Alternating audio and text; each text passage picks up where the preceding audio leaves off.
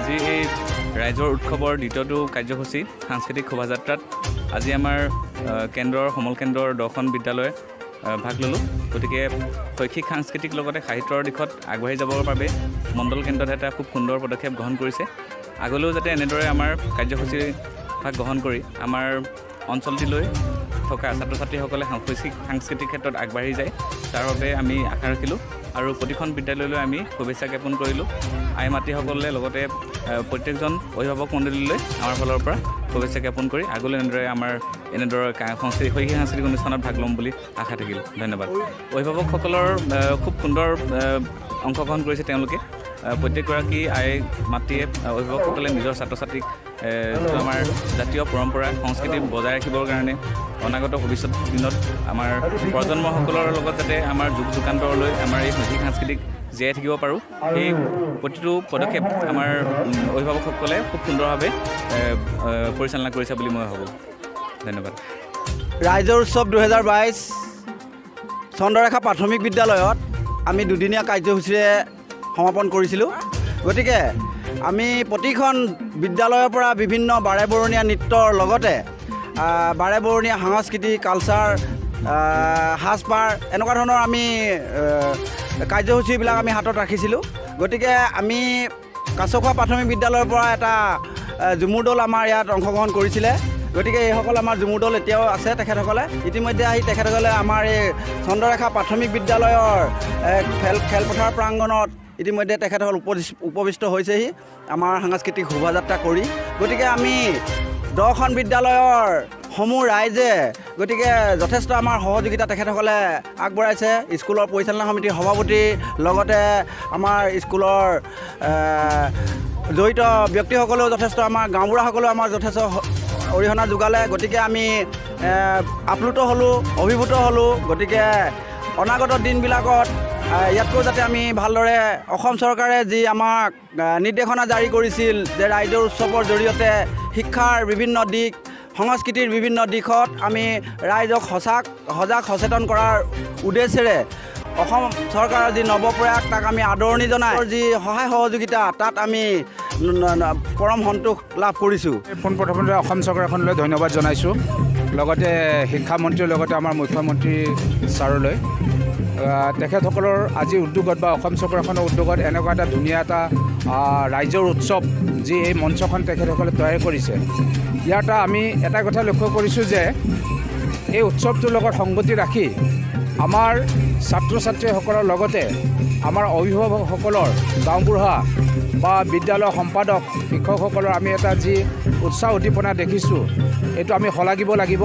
আৰু আমি আশা কৰিছোঁ এই উৎসৱটোৰ লগত যিহেতু অভিভাৱকসকল সম্পূৰ্ণভাৱে জড়িত হৈ পৰিছে, গতিকে অভিভাৱকসকলে আহি থকা সময়খিনিত বিদ্যালয়ৰ ছাত্ৰ ছাত্ৰীসকলক শৈক্ষিক দিশত যথেষ্ট অৰিহণা যোগাই শিক্ষাৰ পথাৰখনলৈ আগবঢ়াই নিব বুলি আমি অভিভাৱক হিচাপে আমি ক'ব বিচাৰিছোঁ। বা আমাৰ নিজৰ ল'ৰা ছোৱালীসকলৰ মাজত আমি যি নাঙল জুঙলি আপোনাৰ পথাৰলৈ গৈ যি ধান ৰুবলৈ গৈছে বা তেখেতসকলে যি লাঙি জাল পাতিবলৈ গৈছে কোৰ লৈ, ইয়াৰ আমি এটাই উদ্দেশ্য লক্ষ্য আগত ৰাখিছোঁ যে বা আমি ভাবিছোঁ যে শিক্ষাৰ লগতে আমাৰ এই অসমৰ থলুৱা সংস্কৃতিও যে তেখেতসকলে বজাই ৰাখিছে, স্বকীয় বৈশিষ্ট্য যে বজাই ৰাখিছে, অসমীয়া জাতিটোৰ এই কৰ্মৰাজিৰ লগত যে আমাৰ সমাজ আমি জীয়াই আছোঁ, ছাত্ৰ ছাত্ৰীসকলৰ যোগেদি আমি এই কথাখিনিক আমি প্ৰমাণিত কৰিছোঁ।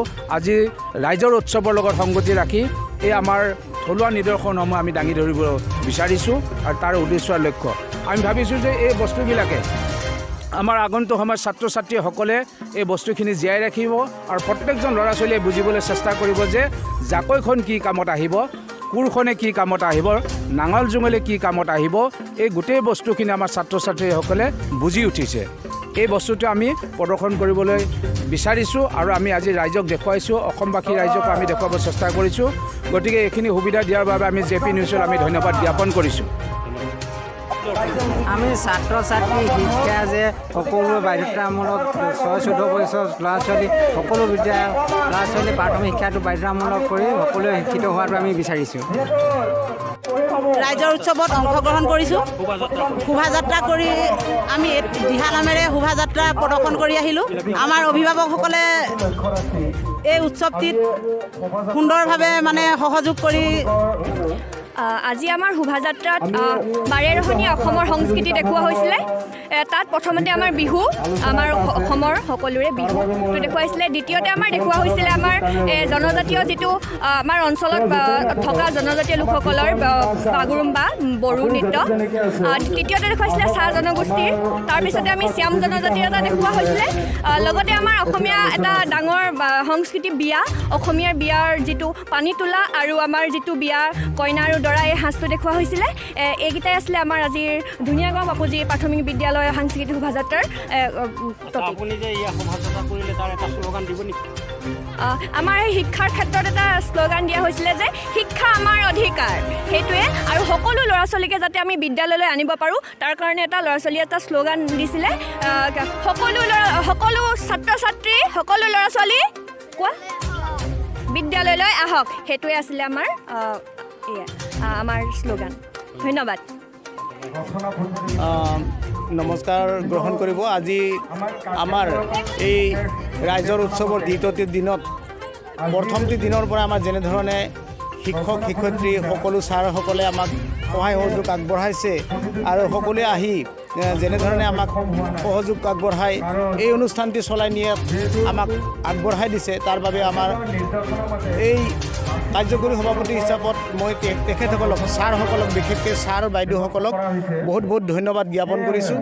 আগন্তুক দিনতো যদি তেখেতসকলে এনেকুৱা অনুষ্ঠান পাতি আমাক এই অভিভাৱকবিলাকক এনেধৰণৰ ছাত্ৰ ছাত্ৰীসকলৰ মাজত একতা দোলেৰে বান্ধ খুৱাই আমাক এটা নিৰ্দেশন আগবঢ়াই নিয়ে, তাৰ বাবে ধন্যবাদ জনাই তেখেতসকলৰ প্ৰতি মই সন্মান যাচিছোঁ।